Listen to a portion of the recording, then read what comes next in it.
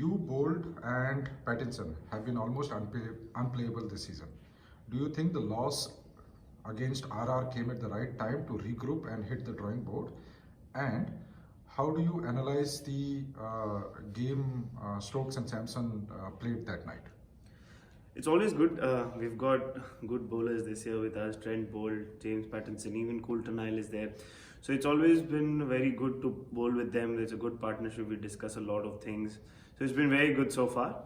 And the game against RR, I think everybody was pretty clear in what they wanted to do.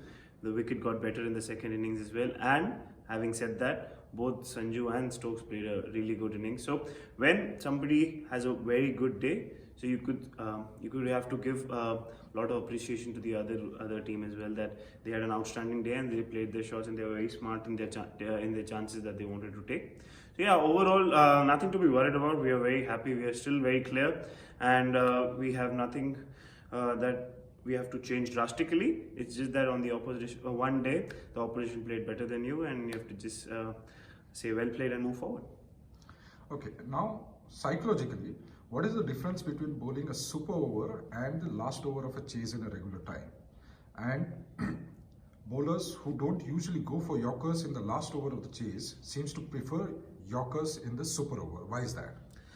So it's difficult to just categorize it in one go, but it's different. So sometimes you might be sitting in your dressing room and you might not be expecting bowling a super over, and then suddenly you have to get ready and you have to start from the word go. So it depends on different people how they treat it. But for me, I just try to keep things simple, try to assess the wicket, try to assess the situation, the boundary sizes and all of that, and I then choose my options. It's very difficult to just say, oh, you should just bowl Yorkers, you should just bowl slow ball. You have to be very proactive, you have to be smart with what approach you want to have and what the wicket is helping as well. So all of these things I keep in mind and try to do what I can. Right. A similar question about the nerves of bowling at the death and the super over. How do you stay calm, and is there any kind of meditation or the mental condition you do to remain in control of yourself? See, it's always difficult when you bowl in a pressure situation. The match is full of pressure and you can create an impact. So during that time, usually bowlers can come under pressure, they can complicate things, they could think about a lot of things that they shouldn't. So then I try to do things that are in my control. I try to stay in the present. I try to take it one ball at a time. Whenever pressure creeps in, then I tell myself, what does the team require to do for me to do at that moment, and then segregate the whole situation. So then I focus ball by ball. What do I have to execute on this ball? Be it even if I'm fielding, so what do I have to do on that particular ball? Field well. So try to segregate the things, try to be in the present. That helps me a lot. So that's probably the goal that I always look to do in any situation. Okay. Do you make a conscious effort to not repeat the same delivery to keep batsmen guessing? And does it also depend at which stage of the match you are?